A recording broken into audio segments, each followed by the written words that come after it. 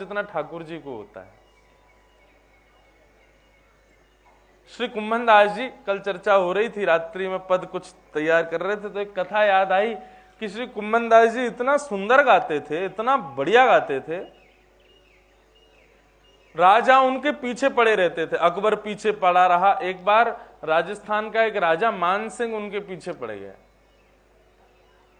और नित्य ही कुंभन दास जी के पास पहुंच जावे।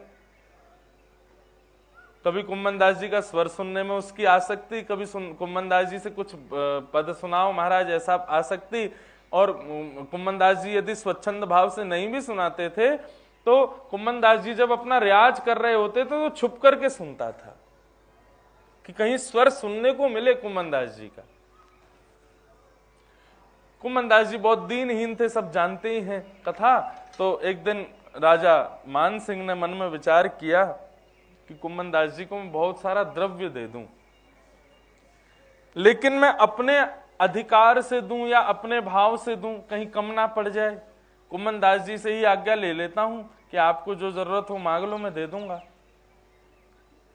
तो ठाकुर जी गोद में बैठे थे कुंभन दास जी के, में इतने में राजा मान सिंह आ गया और जैसे ही कोई आता था ना तो कुंभन दास जी के संग क्रीड़ा कर रहे ठाकुर जी उठ के भाग जाते थे। बंधुओं, द्वापर युग में श्री महाप्रभु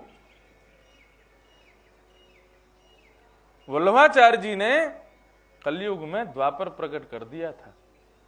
कलयुग में द्वापर, आज से 500 वर्ष पहले ठाकुर जी सारी लीलाएं करते थे, लेकिन बस यही था कि प्रेम में उन्मुक्त जो है उसको दर्शन होता था। और मैं तो एक बात कहूं, आज भी करते हैं लाल जी, बस हमको दिखते नहीं है, हमको दिखाई नहीं देते। क्यों? क्योंकि हमारे भाव उतने प्रगाढ़ नहीं है, हमारे भाव में इतनी प्रबलता नहीं है कि हम उनका दर्शन कर सकें। आज भी ठाकुर जी की लीला हो रही है, आज भी हम सब बैठ के कथा सुन रहे हैं तो ना जाने 20 बार तो निकल जाते होंगे हमारे आसपास से, लेकिन हमको उनका अनुभव नहीं होता। तो कुंभन दास जी की गोद में ठाकुर जी बैठे थे और कुछ चर्चा कर रहे थे। इतने में ही राजा मान सिंह आ गया। तो मान सिंह के आते ही ठाकुर जी वहां से अंतर्ध्यान हो गए और कुंभन दास जी को इतना कष्ट हुआ कि ठाकुर जी चले गए। मान सिंह बैठा रहा सामने, लेकिन कुंभन दास जी बस मन में विचार करते रहे, कहाँ चले गए नाथ, कछु तो कह रहे जन कहाँ चले गए नाथ, इसी प्रकार का भाव रखने लगे। राजा मान सिंह सामने बैठा था, उसने कहा महाराज आप मेरे कहने से कभी कुछ सुनाते नहीं, कुछ गाते नहीं, ठीक है आपकी रुचि में, उस रुचि में बीच में कोई दखलंदाजी नहीं देना चाहता, लेकिन मैं आपसे प्रार्थना करना चाहता हूं। मैं आपका इतना बड़ा मुरीद हो चुका हूं कि आपको कुछ देना चाहता हूं, आप कुछ मांग लीजिए मुझसे, आप जो कहेंगे मैं सब कुछ आपको न्योछावर कर दूंगा। कुंभन दास जी के नेत्र सजल हो गए। राजा मान सिंह बोला आप रुदन क्यों कर रहे हो? बोले क्योंकि तेरे आवे से पहले मुझको एक बहुत सुंदर वस्तु प्राप्त भई, लेकिन तेरे आवे के बाद वो चली गई। या हमारे मैं तो सो यही मांगना चाहूं कि तू फिर से उठ के चलो जाए यहां से। क्यों? तेरे जाती वो वस्तु फिर मिल जाएगी, देना हो तो यही दे दे, तू चलो जाए यहां से। राजा मान सिंह उठ करके जैसे ही चले गए, जैसे ही मान सिंह गए ठाकुर जी फिर प्रकट हो गए। ठाकुर जी बोले कहा भय हो कुंभना, कहा कर रहे हो? कुंभन दास जी बोले मेरी छोड़ो, तुम बताओ कहां चले गए? बोले तेरे मेरे भाव के बीच में, तेरी मेरी सखत्व के बीच में कोई और आवे तो मुंह को फिर सुख ना लगे, हमारे में चलो गए हो। कौन आए हो? अरे बोले कहीं को राजा आए हो मान सिंह, और आके मुझसे कह रो कछु आपको देनो चाहूं, आप ले लो मुझसे, मैं आपको कछु प्रदान करना चाहूं। तो ठाकुर जी बोले तेने कछु लियो नहीं?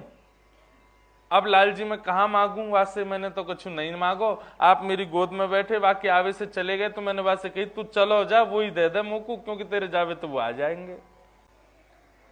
ठाकुर जी बोले अरे बावड़े, मैं नहीं तो पढ़ा के भेजो मान सिंह, मैं नहीं तो बाकू सब मती बाकी ऐसी करी कि वो आके तेरे सब भंडारन को भर के चलो जाए, मैं नहीं तो भेजो बाकू, तेने क्यों बाकू वापस कर दियो?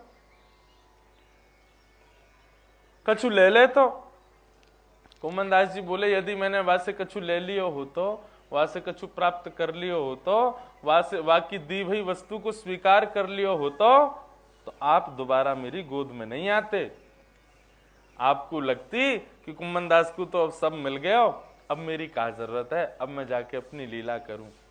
आप दोबारा मेरे पास यही मारे आए क्योंकि वाकई दैवी भई वस्तु मैंने स्वीकार नहीं की, वाकई दैवी भई वस्तु को मैंने अंगीकार नहीं किया, आप इसीलिए मेरे पास वापस आए। और ठाकुर जी हमारे लिए तो सर्वधन सर्व सुख सर्व सब कुछ आप ही हो, और क्या मांगे हम आपसे। ऐसा भाव श्री कुम्मन दास जी का। तो रूप, स्पर्श, गंध और शब्द, ये 4 रस हैं, और इन 4 रसों की प्राप्ति के लिए ही संसार में हम सब लोग भाग रहे हैं। किसी को रूप चाहिए, किसी को रस चाहिए, किसी को स्वर चाहिए, किसी को शब्द चाहिए, किसी को स्पर्श चाहिए, हमको यही चाहिए, और इसी की भागदौड़ में हम सब लोग लगे हैं। लेकिन ठाकुर जी के सखत्व, सखा के लिए यह भाव हो कि उसके लिए ये 4 रस के रूप में ठाकुर जी विराजे, और एकमात्र हमारे लाल जी हैं जिनके 4 रस विद्यमान हैं।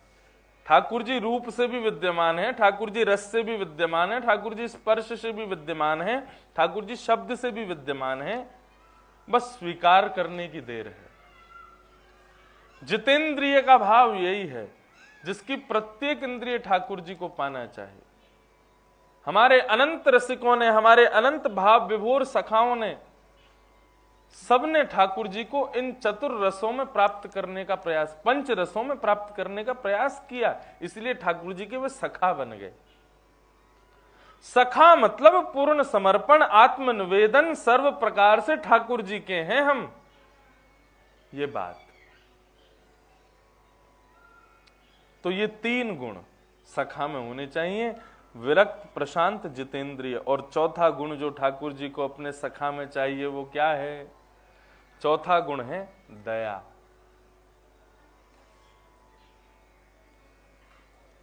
सबके श्रुहृदः सर्वदेही नाम कारुणिका, सब पर दया करे, सब पर करुणा करे, सबके प्रति प्रिय भाव रखे, ऐसा हृदय वाला ठाकुर जी कहते हैं वो मेरा सखा है।